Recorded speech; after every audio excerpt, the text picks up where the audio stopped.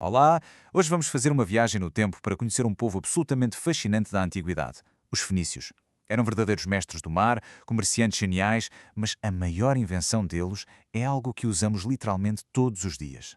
Parece incrível, não é? Mas é verdade. Um povo que viveu há 3.000 anos inventou a base da forma como escrevemos hoje em dia. Mas como é que isso foi possível?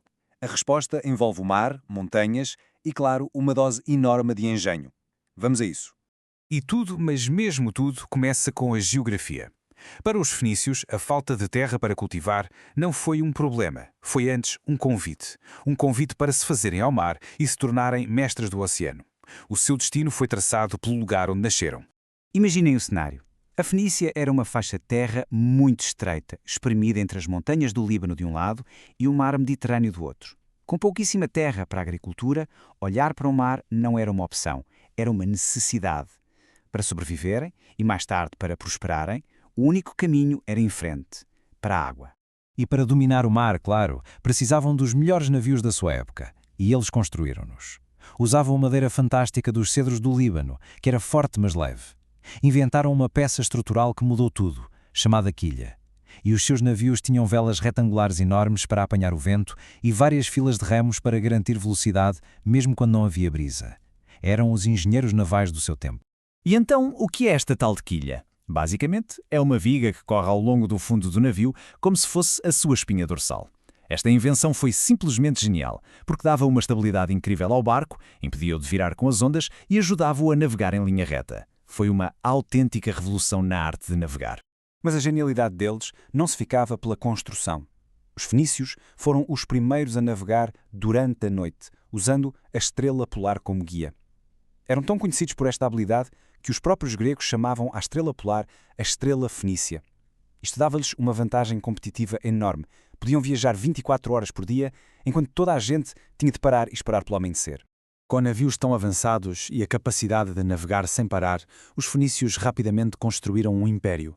Mas não um império de conquista, um império de comércio. E o segredo do seu sucesso estava nos produtos que vendiam, bens raros e incrivelmente valiosos. O seu produto mais famoso era, sem dúvida, o corante púrpura. E agora, atenção a este número. Para se ter uma ideia, eram precisos cerca de 12.000 caracóis marinhos, de uma espécie chamada murex, para produzir um único grama deste corante. 1 grama. Imaginem só o trabalho que isto dava. E precisamente por ser tão raro e tão caro, o púrpura de Tiro, como ficou conhecido, tornou-se um símbolo de realeza, de poder e de riqueza por todo o mundo antigo. Só os reis, os imperadores e as pessoas mais ricas é que podiam usar tecidos desta cor. E claro, os fenícios controlavam todo o negócio. Mas eles não vendiam só o corante. O catálogo de produtos era muito variado. Eram mestres a fazer vidro transparente e colorido com a areia fina das suas praias. Comercializavam metais como a prata, o estanho e o chumbo, essenciais para fazer bronze. E claro, vendiam a sua preciosa madeira de cedro, que toda a gente queria para construir navios. Eram, no fundo, os grandes fornecedores do Mediterrâneo. Ora, com tanto comércio, tantos contratos, listas de mercadorias e contas para fazer, era preciso uma forma simples e eficaz de registar tudo. E foi esta necessidade prática que levou à maior de todas as contribuições dos fenícios para a história. Uma invenção que mudou para sempre a forma como comunicamos. Antes dos fenícios, escrever era uma coisa muito complicada. O sistema egípcio, por exemplo, usava centenas de hieróglifos, que eram basicamente desenhos complexos. Demoravam uma vida inteira a memorizar tudo. Os fenícios olharam para isto e pensaram, tem de haver uma maneira mais inteligente de fazer isto. E a ideia deles foi criar um sistema com poucos sinais, muito simples, em que cada sinal representava um som. E aqui está o número mágico, 22. O alfabeto fenício tinha apenas 22 sinais, um para cada som consonântico da sua língua.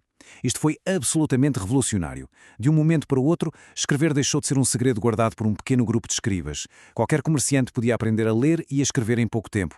A informação tornou-se muito mais democrática.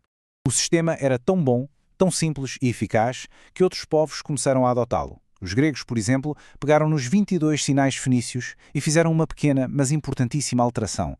Acrescentaram as vogais. A partir daí estava criada a base do alfabeto que grande parte do mundo ocidental, incluindo Portugal, usa até hoje. Sim, de cada vez que escrevemos, estamos a usar uma versão evoluída de uma invenção fenícia.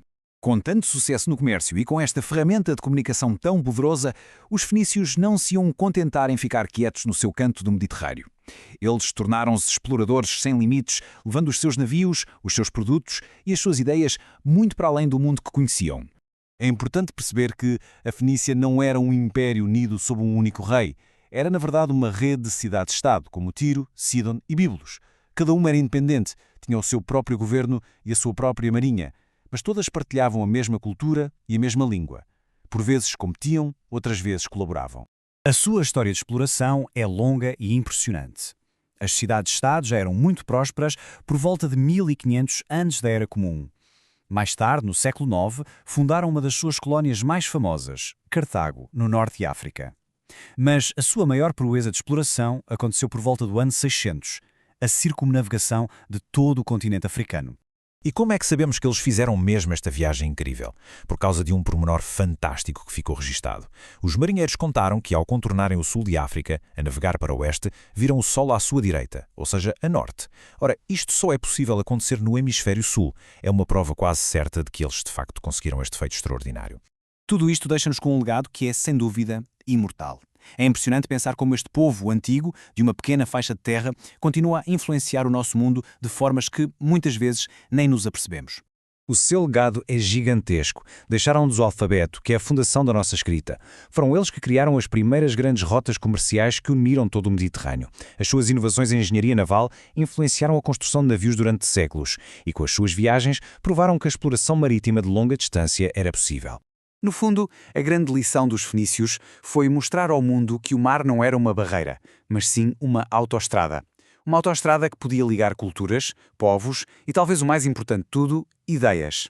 Eles olharam para o que parecia ser um obstáculo e transformaram-no na sua maior oportunidade.